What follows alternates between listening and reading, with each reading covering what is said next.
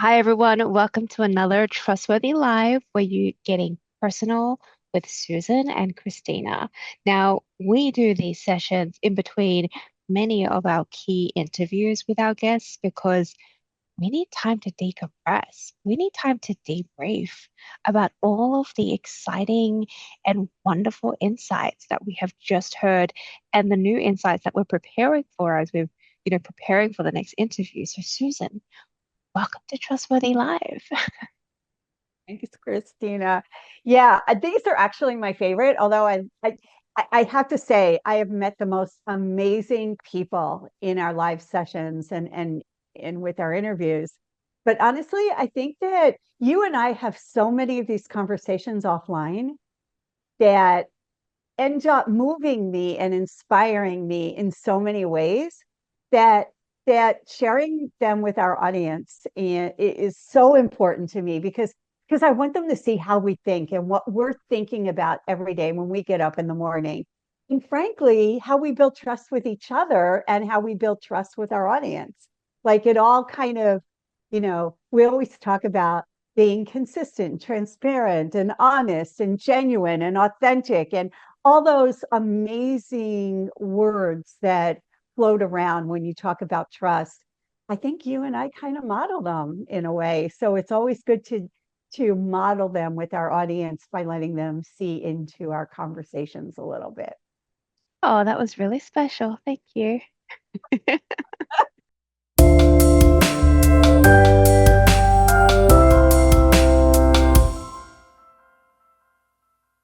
I didn't even like think about it ahead of time, right? It's just kind of true. So for me at least.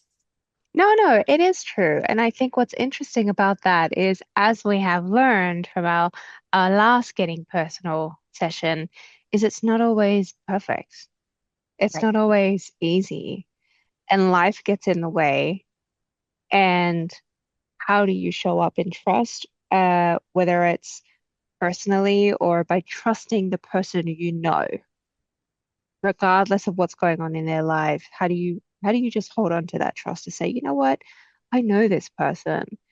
If I haven't heard, it must be for a good reason. And I think you're right. Despite all of the ups and downs and all of the events of the world and all of our travels and our personal roller coasters as well, we do care and trust deeply.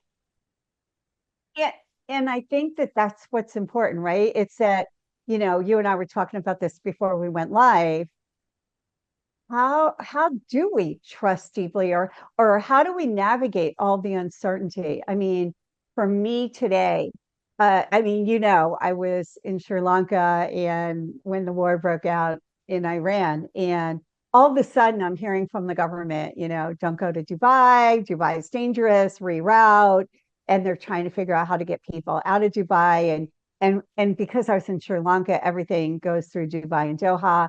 And so you sit and you start thinking about how that was personal. So that was my own moment of 1 or 2 weeks of personal uncertainty.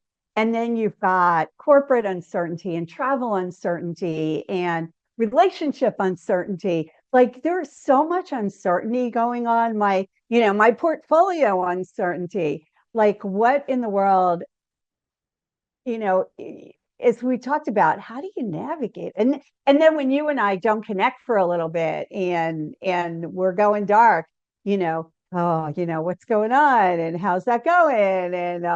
And yes, we want to let you know there is a book coming out and we're in the middle of it and we're in the middle of the process and it's going dark. Like what does it take for us to show up today Mm. smiling and colleagues and friends and trusting each other? Like what are those tools that we use? So I think just so I think our audience, just so our audience know that we think about this, like, so we take our own lives as models of what goes on in the real world and start looking at what we each do to in order to navigate successfully in this incredibly interesting, complex time. Yeah, that's right. I think using it as using our lives as a model for trust and trying things out and looking to build trust uh, consistently has been super insightful. And you start to naturally um, walk the talk, and people start to pick up on it as well. And you find yourself saying things, not providing advice when people don't want it, but sharing a perspective that is actually deeply rooted in trust. So I'll give you a quick example. I've got a friend who is currently going through a lot of uncertainty in her relationship, and she's struggling. She doesn't know what's going to happen. She doesn't know if it will, how it's going to end. She doesn't know how to handle her day to day, how to handle her finances. She doesn't know how to show up anymore and what expectations are being made, held of her, or what assumptions are being made of her because of her uncertainty by her family and her friends, her co-workers. And one of the little things she shared with me was that she was in the shower. She picked up her shampoo bottle and she realized that while she was out of the country, her mum had come and replaced her shampoo bottles. And in that one moment, she realized that all of the uncertainty in the world melted away, and she was in this sense of deep gratitude. And it was while she was in a sense of deep gratitude that she realized if I can't trust anything, I can trust myself. And I thought that was Love that. beautiful. Yeah. And I had to really give her praise and show her and demonstrate that that was a fundamental shift in her thinking. I'm so proud of her. And that has to be so hard, so difficult to do when everything else in your world is upside down. Well, what I love about that, because I've been thinking about how, myself, about how, um, what does gratitude have to do with it? Because that every night I fill out a gratitude journal, and I also write in this journal three really good things that happened. Even if it's I got out of bed, I could walk, I was breathing. Like some days it's all that you can grab onto. But can I grab onto something positive that happened today? And I listened to your story of your friend, and your friend, like it all melted away when she was in gratitude around her mom doing this for her. And I kind of Googled a little bit, like, what does gratitude and positivity do? Like, am I kidding myself or does it really help? Writing in my Mm. gratitude journal every night, because honestly, maybe I should just go to bed and not have to tell Mark. I need to keep the light on, like right. And plus I can't even read my handwriting. So it's not like I can go back into the journals over time and really read them. So this is kind of interesting of what, and you don't need to write in a journal, but I read that gratitude and being positive boosts self-esteem, right? You start appreciating your circumstance accomplishments. You appreciate the people around you. You appreciate somehow your feeling of inadequacy goes away. So probably your friend, when she saw the shampoo and was grateful for her mom, knew that she was also going to look good and present good and have clean hair. And, it just felt good, right? It made her feel like she was going to get out of the shower and be herself, more herself. And that she was so grateful to her mom for allowing it to happen. So I love that boosts self esteem. Like when I'm grateful for somebody doing something, that it kind of helps me combat feelings of inadequacy, or combat feelings of I'm not good enough, because I'm grateful that people are with me and in my world with me and presenting with Mhm. me, and it's kind of cool. It is, and I do think there's something that you mentioned around the people around you. And I know we've only touched on this topic a little bit, Susan, but I do think it's worthwhile pointing out that um, regardless of who you have around you, there is so there is such a distance that you can go with self-trust, Hmm.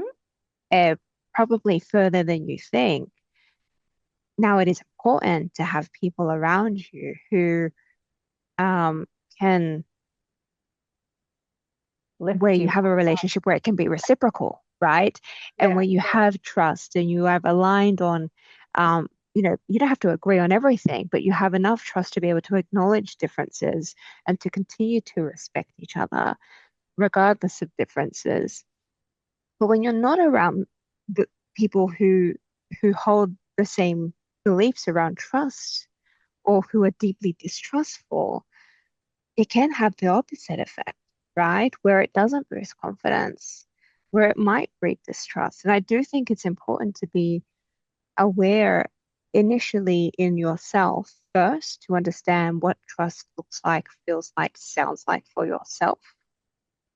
Understand your indicators of trust to be able to put yourself with people who can support and reciprocate that trust. Part of what I think you're referring to is being really honest with yourself.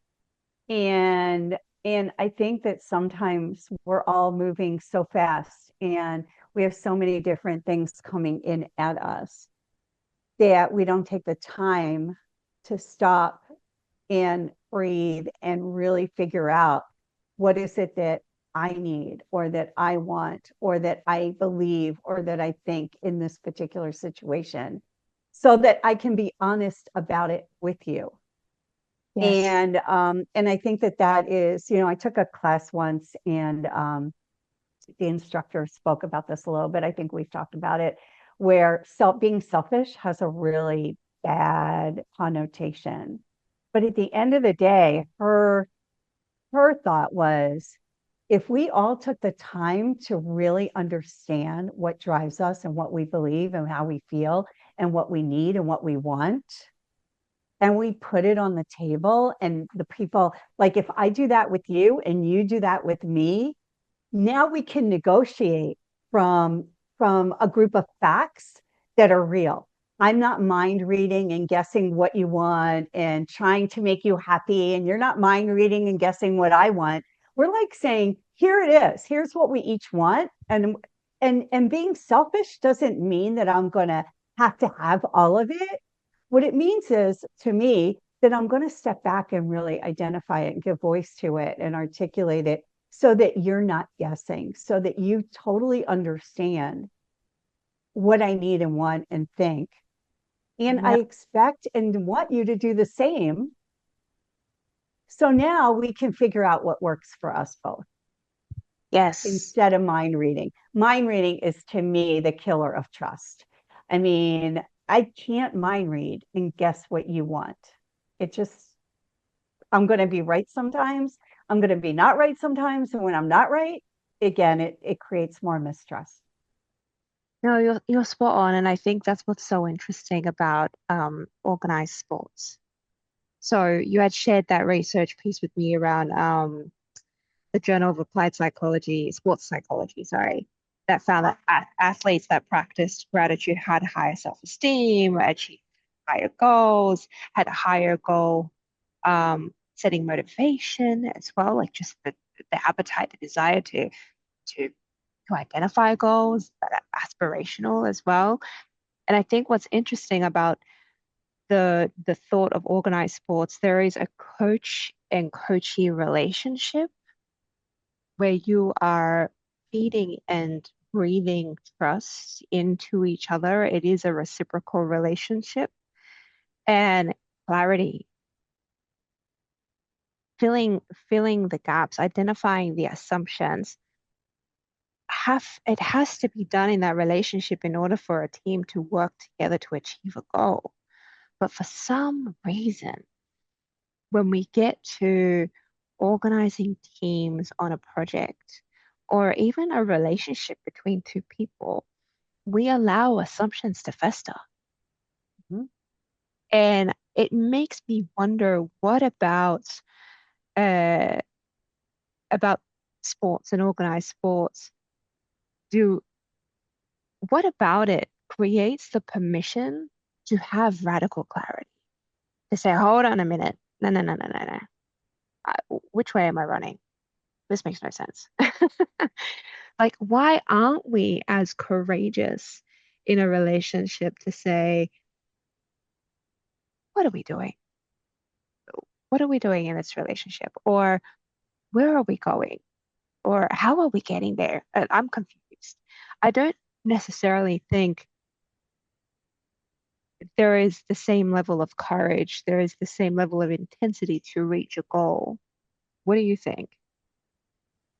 So I'm trying to think of how it kicks off, right? So if I'm on a sports team, I think that the team itself has the goal to win. And I think, again, I don't really follow that much in, sports that often, but I think that if I were a coach of a team, even a work team, I'd say, okay, what is our end result? If our end result is to win, then in order to honestly do that, we have to really identify our strengths and weaknesses and figure out how to work as a team and compensate for those weaknesses in order to get to that end state, right? In order to win. And I think sports teams have so much at stake Mm, that they really do. They say, okay, you do this because you're really good at that. You do that because you're really good at that. You do this because you can compensate here. Do we really at work? And also to do that, you end up focusing on the positives, going back to gratitude and positivity. So I'm going to look at your strengths. I'm going to put you where your strengths shine. I'm not going to expect you to do something where you're going to fail. It is going to stretch you, but it's going to stretch you in a good way, right? And then once you succeed, you start building on success, which builds your self confidence and builds your I want to do it next time. And and I think that it's the setup where if at work and in our businesses, as we start working together as a team, or I'm working with a new manager or leader or boss, you know, how much time do we sit and say, what is our outcome? And then how do we work together to get there, being honest about what we each bring to the table? And that is a positive thing, right? And how do we mm. build on the positive thing and be grateful for that? Because it's all those great things that we can do that's going to get us to that end. I don't think we do that. I think that we literally just jump in and say, okay, we have to get this done by Tuesday at noon. Go. Right. And and I remember working for a company once where I had to put together a my boss threw an RP on my desk and said this is due Tuesday at like 8 o'clock, and it was to design a chiller at a university. I had no idea what a chiller even was, and I just looked at it and I was great. I was not grateful. I was curious that he thought that I could write a response to an RFP when I didn't even know what it was. And so That's what it did, wild. right. But what I did, and this is kind of interesting, is I spent the next 3 days reading every single proposal they had done on designing chillers. Hmm. And I was able to pull out what was common. I was able to compare it to the requirements. I was able to piece something together with gaps, of course, of things I still didn't like. I had to get to our capability and pricing and stuff like that.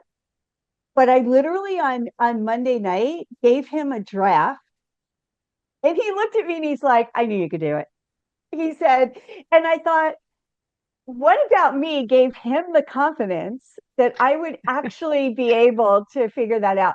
Now, I would not recommend that to people. I mean, it was really very stressful, but it did kind of, in a way, build a little bit of my self-esteem. I say that. That I figured out a methodology for doing it. I figured out how to learn it quickly, and we won the work. I mean, at the end of the day, Brilliant. yeah, I mean, they sat and filled in all my gaps. So what does that take? Okay, it's interesting. Like, let's like tear that apart a little bit. You had to get over the shock of like, oh my God. But what were my strengths? My strengths were I knew how to get information. I knew how to do the research. I was smart enough to understand the requirements to do like a gap analysis. This is what's typical. This is what the requirement was. And most important, and I would say for my like, success in business development and marketing and business development mostly, I was very comfortable with knowing what I don't know. Mm, And how many people put up a front and pretend to know everything and pretend like, and then what does that have to do yes. with trust? Like, trust me, I've got it. Well, really, do you really know it all? And I think that what he saw in me is that I wasn't going to pretend. What he saw in me was that I was going to be honest and real about it. I was going to do what I could do, be clear about what I couldn't do, and then go get the experts to fill in those gaps so that we could put together a proposal. He didn't say that when he gave it to me, he just threw it on my desk. Mm, But in retrospect, that's what he saw in me. wow. And I believe that that is exactly why how I've been successful in building relationships. That I've been honest enough in business development because I've been honest enough in my relationships and very clear about what I know and don't know, and unafraid to go ask for help where I need somebody to fill in the gaps. Wow. That's powerful. It wasn't at that weekend in that moment.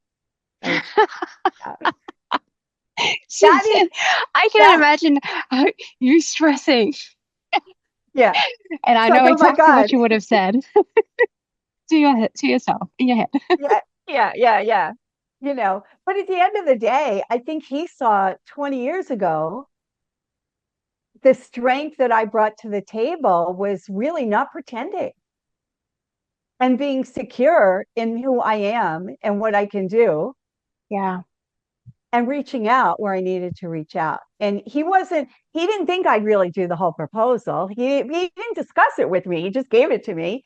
But I think in his head, he knew that I wouldn't make it up. I wouldn't create something that wasn't based in facts and reality, et cetera, that I would actually do it the right way. I love the level of trust that he had in you and the confidence that he had in your skill set and knowing yourself enough Mhm. to be able to identify what you didn't know. I mean, I think something else is his experience of you in the past had led him there. So these Right. are things that you have clearly demonstrated. And I think that's also really important to point out here because trust isn't just this magical energy vibe.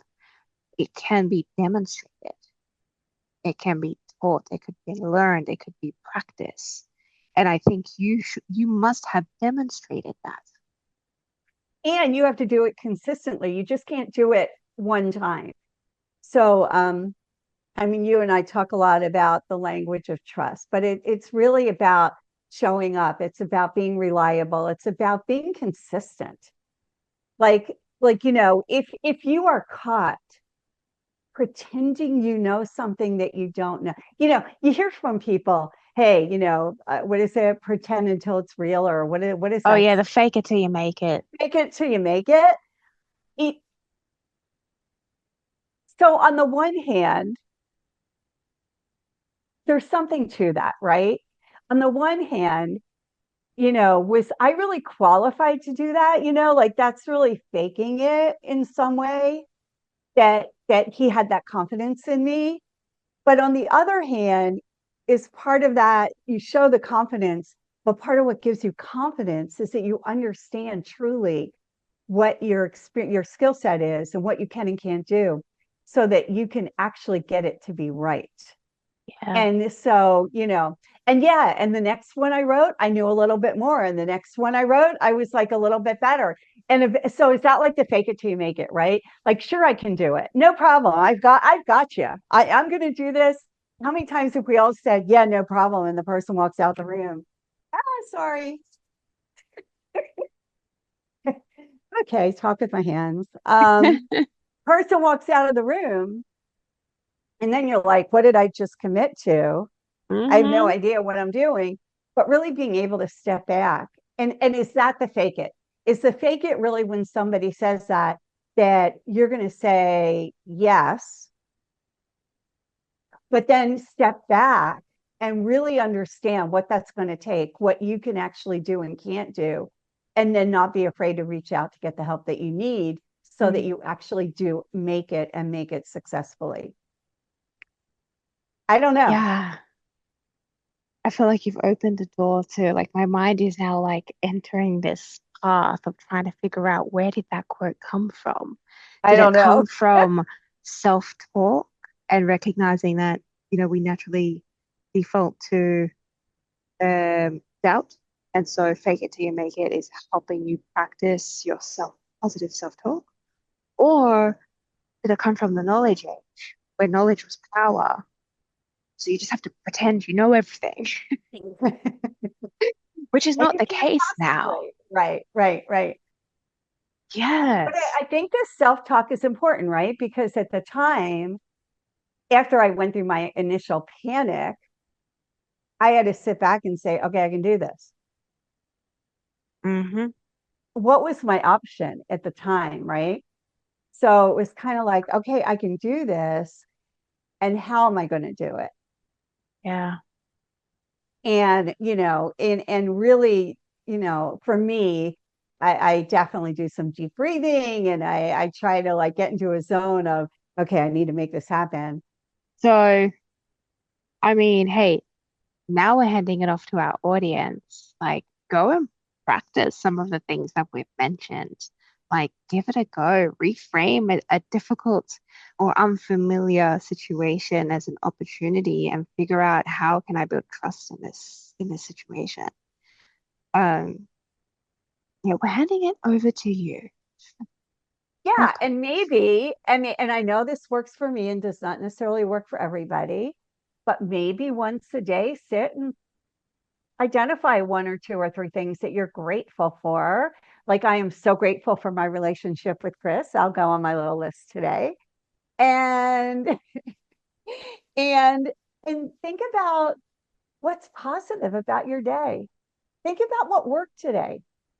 Go to bed tonight thinking about what you were successful at instead of all the things you have to do or your head spinning or what went wrong.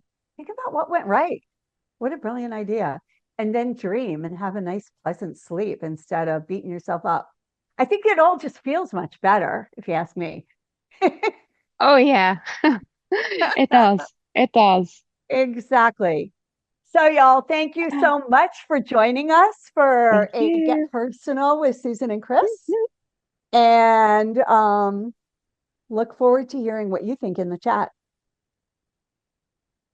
Ciao, guys. Bye.